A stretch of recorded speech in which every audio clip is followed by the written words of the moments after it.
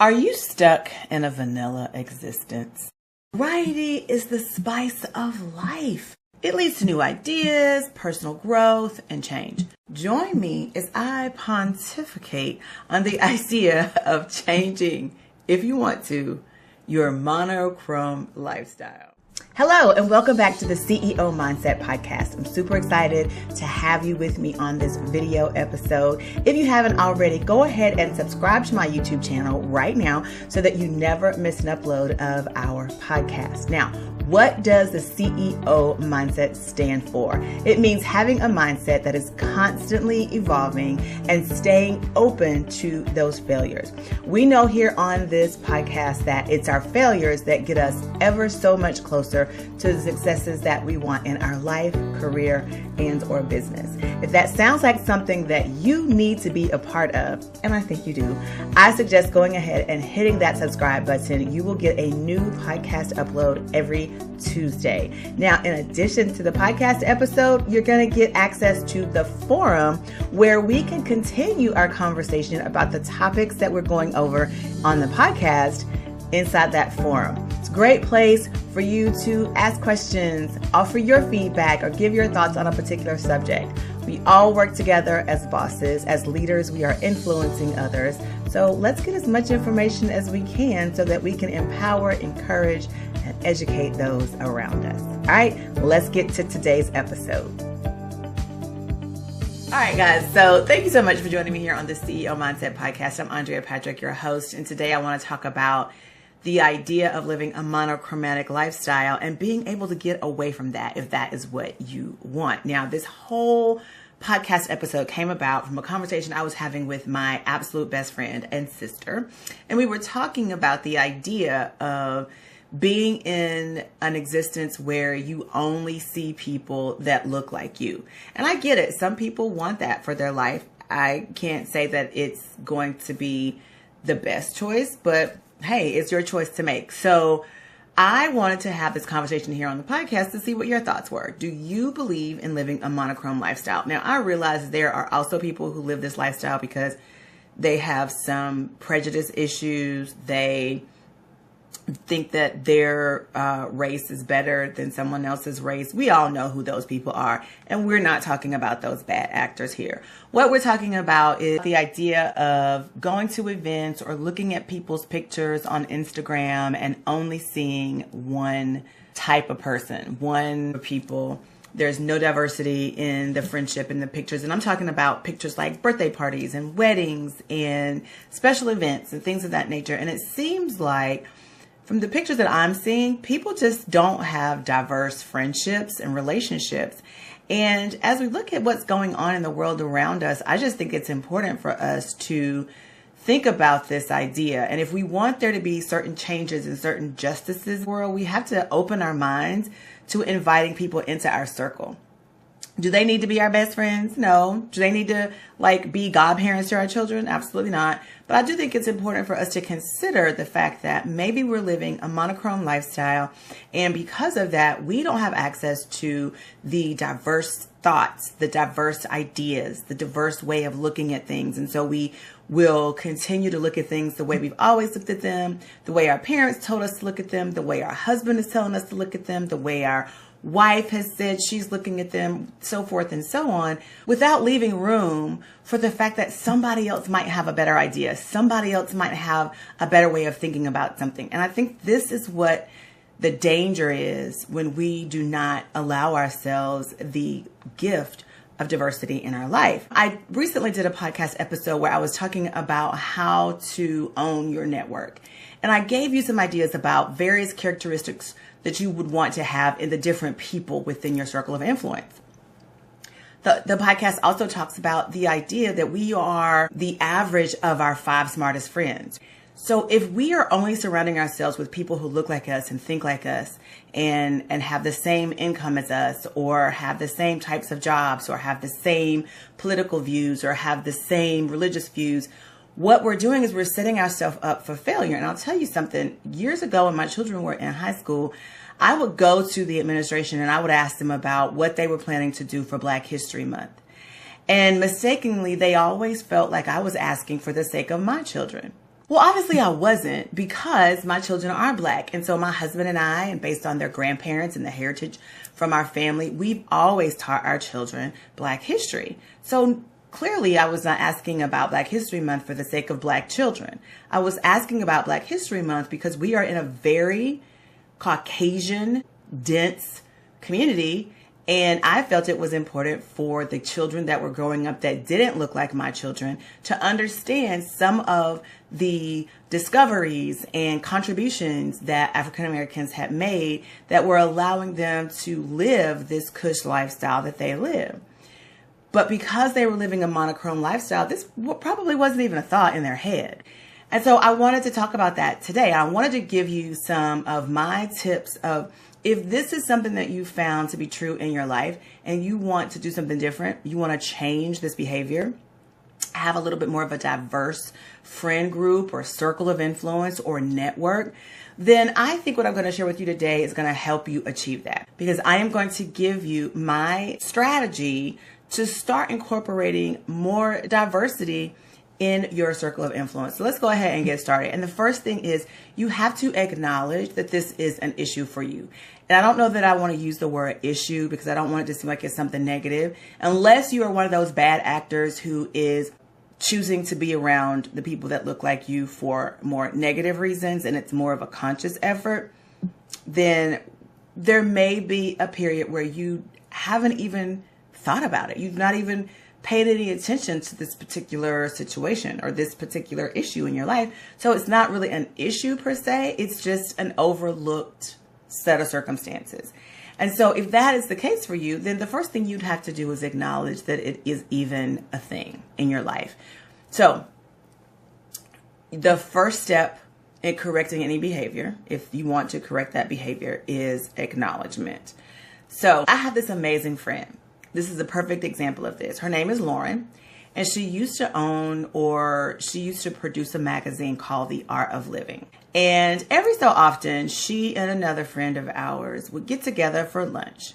And one particular day, we were at lunch, and she began to describe a situation where she was literally emotional because she looked up at an event and realized that no one around her was different from her. And it bothered her. She did not like it. And she came to a lunch with Trisha and myself. Trisha was also an African-American woman. She has since passed, a wonderful soul. But she came to a lunch with Trisha and I, and she began to explain and describe this heartfelt struggle that she had, because it was something that she had not ever paid any attention to. And for some reason, I can't remember the reason, it came to her attention that she had surrounded herself with people that looked just like her. She was living a monochrome lifestyle.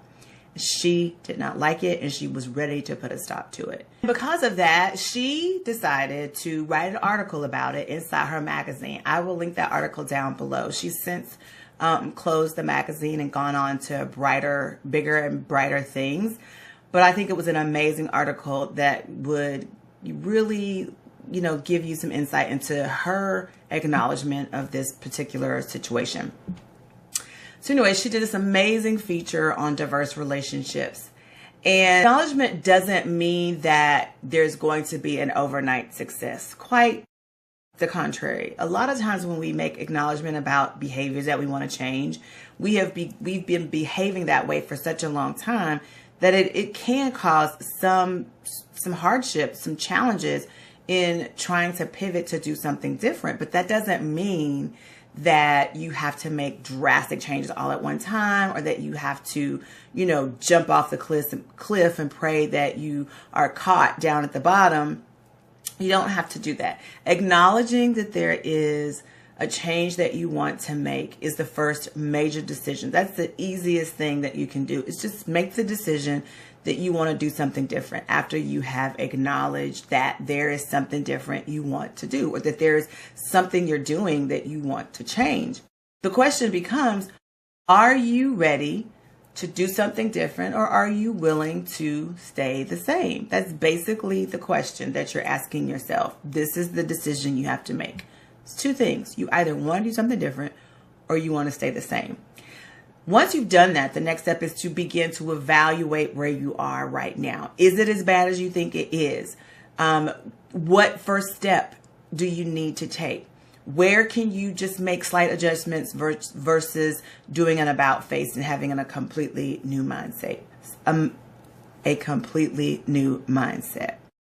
So to evaluate is basically to make a judgment about whether or not something is valuable to you, or is it valuable enough to you to make the change that it is you've acknowledged is something that you need to do in the first place. So that's what it really means to evaluate here. So only you can decide, only you can make the decision about whether or not you want to do something different about your monochrome lifestyle. Nobody else can do it for you. I can't be here sharing this podcast with you and say, you need to change. You need to do something different. If you're perfectly okay, which my best friend was fine. She had her reasons for the way she was doing things. It had nothing to do with anything negative or anything. She did not have a problem being, in a relationship of some kind with people who did not look like her. Her preference was to spend the majority of her time around people that looked like her. She had acknowledged the situation. She'd evaluated why she was doing things the way she wanted to do things. And she had made the decision that she didn't feel like there was any need for change. There was no ill will. There were no negative thoughts behind anything. Things just landed the way they landed because of her life and where she was in her life. No harm, no foul. No harm, no foul. So if you don't want to live a monochrome lifestyle, now is the time for you to do things like evaluate your friendships. Again, like I told you, my friend Lauren, she decided this was not the direction she wanted to go. She wanted more diversity in her friend group. So she took some steps to make sure that happened. She still comments and likes my things on social media. And we are still friends to this day. You need to think about the words that you use. Sometimes you are alienating people maybe because of some of the things that you're saying, not in a negative way, but maybe you are unrelatable. Maybe you are uninformed. Who knows? But maybe this is a good opportunity after you've evaluated, or as you are evaluating, to think about some of the words that you're using. Also, you want to consider how you react or how you respond to those that you don't look like. Okay. Culturally, there are differences, right, between different groups. And sometimes what is very acceptable in one group is not acceptable in another group. And I think also in evaluating your friendships, it's important to look at what your friends are saying and how they're saying it. I remember I had a neighbor and I was sitting on their front porch one day and the husband made an off-putting comment about a different group of people. And me being who I am, those of you who know me know that I said this, but I asked him, if you're saying that about them in my presence, what are you saying about me in someone else's presence? Because we didn't look alike. And it took him, by surprise that I asked that question, because I don't think he was expecting me to even recognize that was something that he had done, because it was so easy for him to do. But me being sensitive to discriminatory comments and negative comments about people because I am a minority, picked up on it right away. But I was, bold enough and aggressive enough to ask the question where some people may not be. He gave me an answer. I gave him my response. It was said and done, and all is well with the world. But the point is, who are you hanging around? What are they saying? And what are you allowing to be said around you? This is a way to evaluate whether or not you're ready, or to evaluate what it is you need to do to have more diversity in your relationships, in your life, to live less of a monochrome lifestyle. Also, ask yourself about your attitudes when you're around someone different. Do you tend to generalize people that don't look like you? Do you tend to stereotype people? And this may not be a negative thing. It may be what was poured into you. It may be a part of the information that you've only known. And a lot of us are walking around this world thinking that the way we think is the best way to think, because we are living a monochrome lifestyle. So it's a good idea here for you to really think about, what is your attitude like when you're around different people? do you have reactions that maybe you could reconsider? Because if you get to know people that don't look like you, you'll learn that some of the things that you're feeling are not true and they can be adjusted. Now, once you have acknowledged and you've evaluated all of these things, and there are a host of things that you can evaluate, only you know what's going on in your life and how you are and how you feel around people that don't look like you.